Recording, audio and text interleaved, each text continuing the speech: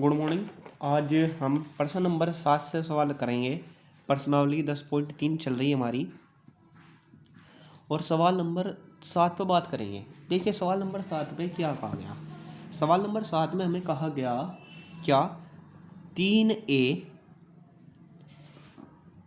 Minus 5b फिर लिखा हुआ है 2a प्लस आपका क्या भाई 7b का मान ज्ञात कीजिए, का मान ज्ञात कीजिए। तो हम इन दोनों की डॉट मल्टीप्लाई करेंगे तो क्या होगा, इसकी गुणा जब इसके साथ की जाएगी पहले हम लिखेंगे 3 की संख्या में गुणा करेंगे। क्या 3a डॉट 2a, ठीक है भाई। इसके बाद हम लिखेंगे plus 3a dot 7b minus 5b dot 2a, ठीक है भाई। इसके बाद माइनस 5b डॉट 7b। अब इनकी गुणा करी कितना है 6a डॉट a, यह कितना हुआ 7 या 21a डॉट b, 5 दूनी 10 b डॉट a और ये आया 5 सत्ते 35 b डॉट b। इसे क्या लिखेंगे, इसे लिखेंगे आप 6 मापांक a का स्क्वायर। इसे क्या लिखेंगे 21 में से आप 10 घटाओगे 11 a b। क्यों, क्योंकि आपको पता है क्या a डॉट b हमेशा बराबर होता है b डॉट a के। और इब 35 मापांक b का स्क्वायर। अब प्रश्न नंबर 8 देखिए, प्रश्न नंबर 8 में हमें क्या कहा गया।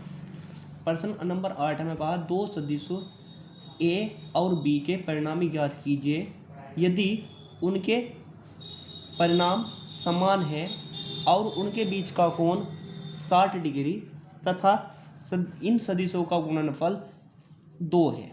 भाई कोण तो कहा हमें थीटा इक्वल 60 डिग्री, ठीक है जी। और इसने कहा दो सदिशों के परिणामी ज्ञात कीजिए, हमें निकालने परिणामी, हम क्या कहेंगे माना, ठीक है। क्या माना थीटा सदिश a तथा b का कोण है, यह बात मान ली हमने, ठीक है भाई।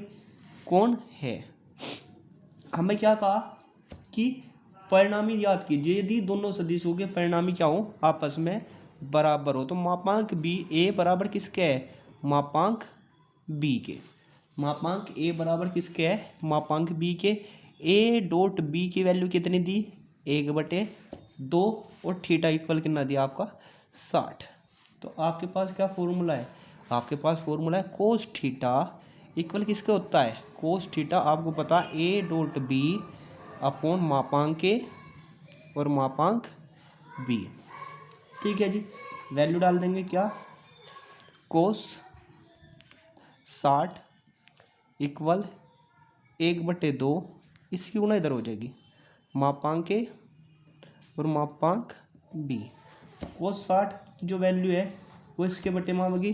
कोस 60 का मान कितना हो गया, इसे हम क्या लिख देंगे, हम लिखेंगे इसे मापांक a का स्क्वायर डाल देंगे। तो ये क्या आ गया, क्योंकि मापांक a बराबर किसके, मापांक b के। तो ये आया 1/2 कोस 60 का मान। तो ये आया कितना, मापांक a इक्वल कितना आ गया 1 और मापांक b बराबर किसके आ जाएगा, b बराबर भी आपका 1 के बराबर आ जाएगा। अब प्रश्न नंबर 9 पर बात करेंगे, प्रश्न नंबर 9, ठीक है। देखिए प्रश्न नंबर 9 में क्या कहा गया। प्रश्न नंबर 9 में कहा यदि एक मात्रक सदिश a के लिए x minus a x plus a बराबर किसके हो, 12 के हो तो मापांक x का मान ज्ञात कीजिए। ठीक है जी। इसने कहा a क्या है, a मात्रक सदिश है, अर्थात मापांक a की वैल्यू कितनी है आपकी 1 के बराबर है।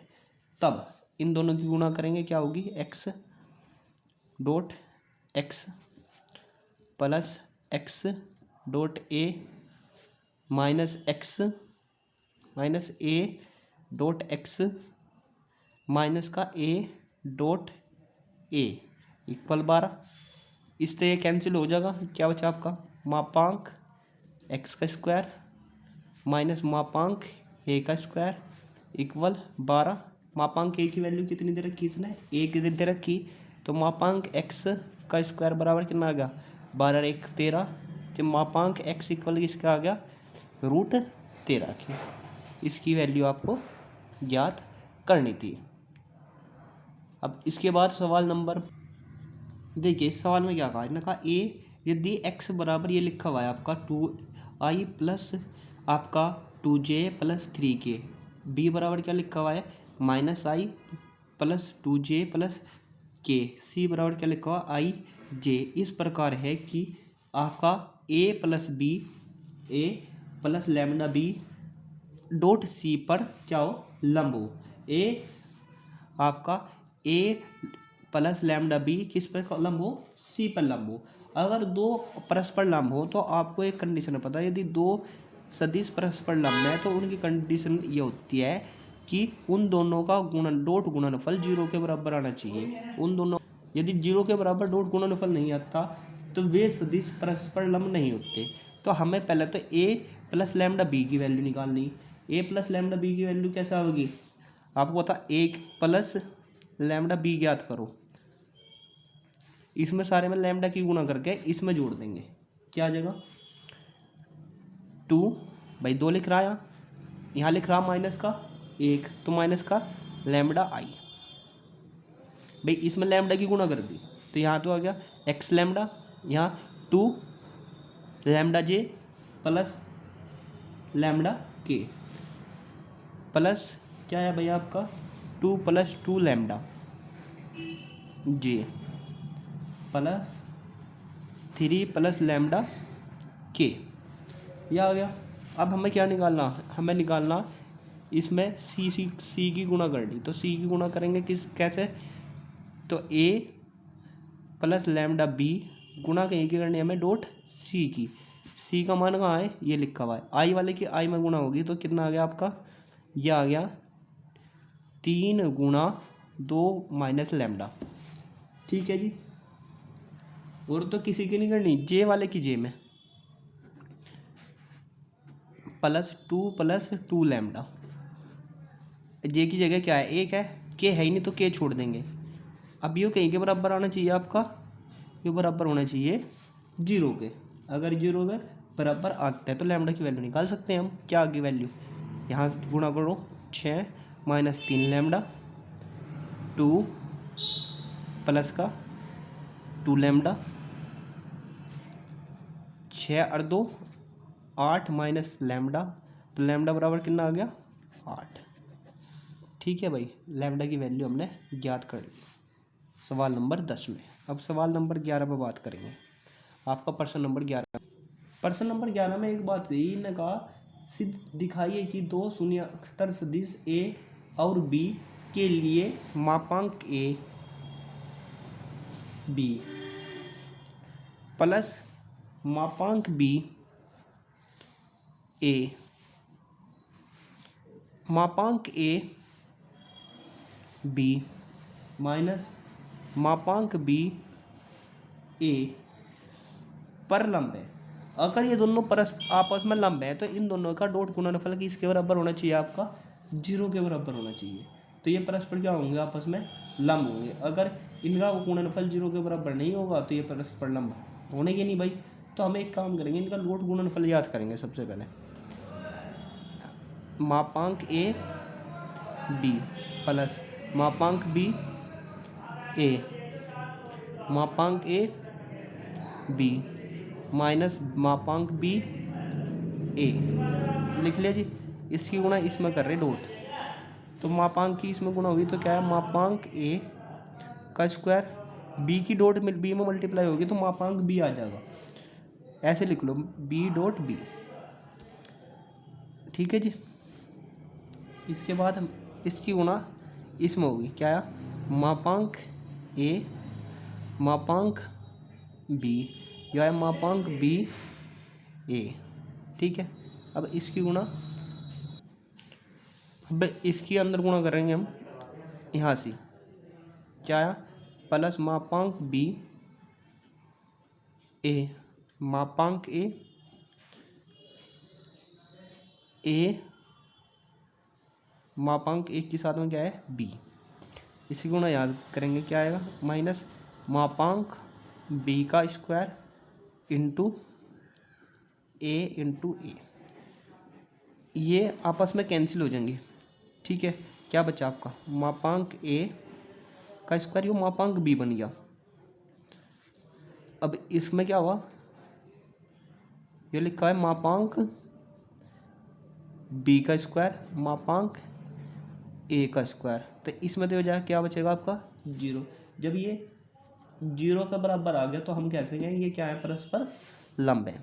अतः ये क्या है, परस्पर लंब है। ठीक है, अब प्रश्न नंबर 12। प्रश्न नंबर 12 में क्या लिखा हुआ है, प्रश्न नंबर 12 में लिखा हुआ है कि ए डॉट ए इक्वल 0 के और ए डॉट बी इक्वल 0 के, तो सदिश बी के बारे में क्या डिसीजन ले कर सकें हम। तो हम कहेंगे जब ए डॉट ए 0 के बराबर है तो हम एक बात कह रहे हैं यहाँ से कि बी डॉट बी भी 0 के बराबर है, तो यहाँ हम एक बात कह सकें क्या, कि मापांक ए का स्क्वायर किसके बराबर है, 0 के, तो मापांक ए बराबर किसके हो गया, 0 के। अतः इसलिए हम क्या कह सकें, क्या कि ए एक शून्य सदिश है, एक क्या है, एक शून्य सदिश है।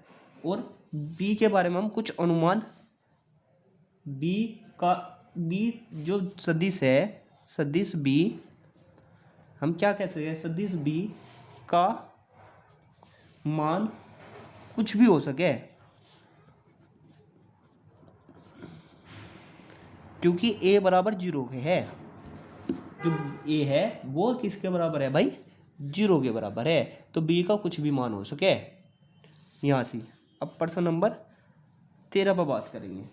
13 में कहा ए बी सी मात्रक सदिश इस प्रकार है कि a plus b plus c बराबर 0, तो a dot B plus B dot C plus C dot a का मान याद कीजिए।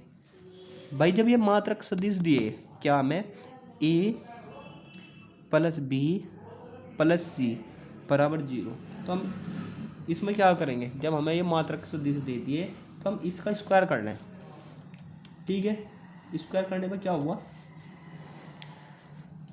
मोड लगाया, इधर का स्क्वायर कर लो, क्या हुआ, ये आया मापांक ए का स्क्वायर प्लस मापांक बी का स्क्वायर प्लस मापांक सी का स्क्वायर प्लस 2 बार आ जाएगा A dot B plus B dot C plus C dot A equal 0 के।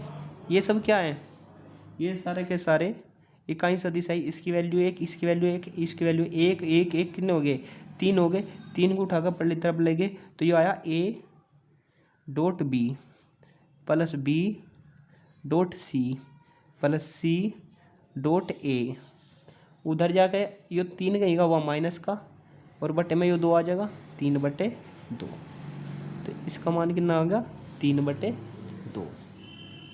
प्रश्न नंबर 14 देखिए, प्रश्न नंबर 14 में क्या होगा, इसने कहा माप वेक्टर ए बराबर 0 के, वेक्टर बी बराबर अथवा 0 के हो, तब ए डॉट बी 0 के हो, परंतु विलोम का सत्य होना आवश्यक है या नहीं है, इसका एक उदाहरण देकर स्पष्ट कीजिए। हमने कहा चलो भाई वेक्टर ए बराबर किसके है, हमने मान लिया, एक बात माननी हमने माना वेक्टर ए बराबर किसके है 2i प्लस 4j प्लस आपका 3k के है। ठीक है भाई, यह बात मान ली हमने कहा वेक्टर बी बराबर किसके है, हमने बात मानी 3i plus 3j minus 6k के है। अब हम कह रहे हैं मापांक ए बराबर किसके आ गया, मापांक ए का मापांक ई के बराबर आया भाई, मापांक एक आया आपका किसके 2 का स्क्वायर प्लस 4 का स्क्वायर प्लस 3 का स्क्वायर, तो ये आ गया आपका मापांक 29। तो ए का बराबर किसके नहीं है 0 के।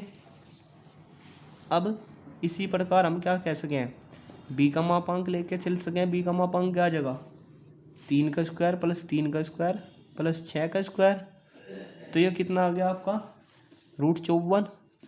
तो मापांक बी बराबर किसके नहीं है 0 के। तो इस कथन का विलोम भी सत्य है, इस कथन का विलोम सदैव सत्य नहीं होगा। जो यो इस कथन का जो विलोम है वो सदैव सत्य नहीं होने का। ठीक है, एक दो ही कंडीशन ऐसी हैं जब ये सत्य हो सके। अब इसके बाद सवाल नंबर 15। सवाल नंबर 15 में आप यहाँ एक बात लिख लेंगे, इसमें 14 में अतः इस कथन का विलोम सदैव सत्य नहीं होगा। ठीक है भाई। अब इसके बाद सवाल नंबर 15 में कहा क्या किसी त्रिभुज ए बी सी में क्रम से ए बी सी ये दिए, क्या 1 2 3 फिर 1 माइनस का 0 0 फिर 0 1 2, तो इस त्रिभुज तो कोण ए बी सी ज्ञात कीजिए, कोण ए बी सी ज्ञात कीजिए, ये पूछा हमारे से। ठीक है जी, कोण ए बी सी ज्ञात कीजिए, ये बात हमारे से पूछी गई। चलो भाई बताएंगे क्या करना है, इन्हें स्थिर सदिश में लिख लें। पहले सिंपल बात है, इसे क्या लिख लेंगे ओ ए बराबर I plus 2j plus 3k, O B कहीं के बराबर आ गया माइनस आई के, ओ सी बराबर कहीं क्या आ गया j प्लस के स्थिर सदिश लिख लिए। अब इसके बाद में ए बी बराबर कहीं क्या आ जाएगा हमारा, अगर हम ए बी निकाल लें बी माइनस ए, तो आप इसमें बी सी निकाल लो, ए बी निकालता है क्या लाभ है, बी सी निकाल लो, बी सी निकाल लो, इसमें बी ए निकाल लो। पहले तो बी ए बराबर किसके आ गया ए माइनस ओ बी, क्या जगह इसमें तो घटा आई से आई कैंसिल हो गया 2j plus 3k, 2j plus 3k आ गया। भाई इसमें से हमने क्या करा ओ ए माइनस ओ बी, तो माइनस माइनस प्लस 2i भी होगा भाई माइनस माइनस क्या हो जाएगा आपका प्लस। हम निकाल लेंगे बी सी निकाल रहे तो बी सी क्या आ जाएगा, बी सी आ जाएगा मेरा आई प्लस जे प्लस 2k। ठीक है, अब निकाल लेंगे हम क्या डॉट बी सी के बराबर आ गया। इन दोनों की जब डॉट मल्टीप्लाई करी हमने, डॉट मल्टीप्लाई कर रहे तो के बराबर आया है 2,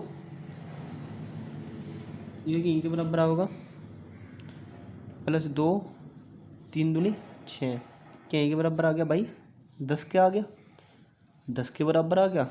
अब इसका मापांक देखेंगे कितना होगा, बी ए का मापांक कितना बैठ गया भाई 2 का स्क्वायर प्लस 2 का स्क्वायर प्लस 3 का स्क्वायर, तो ये बैठ गया कितना भाई 4 + 4 + 9, तो ये आ गया √17।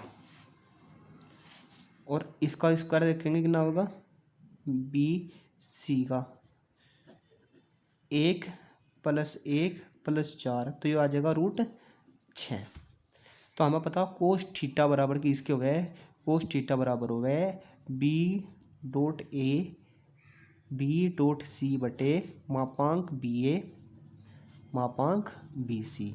इन दोनों की वैल्यू रखेंगे 10/√17 गुना √6, तो यह आ जाएगा theta equal cos inverse 10/√17 into √6। ठीक है भाई। आपका सवाल नंबर यो था 15।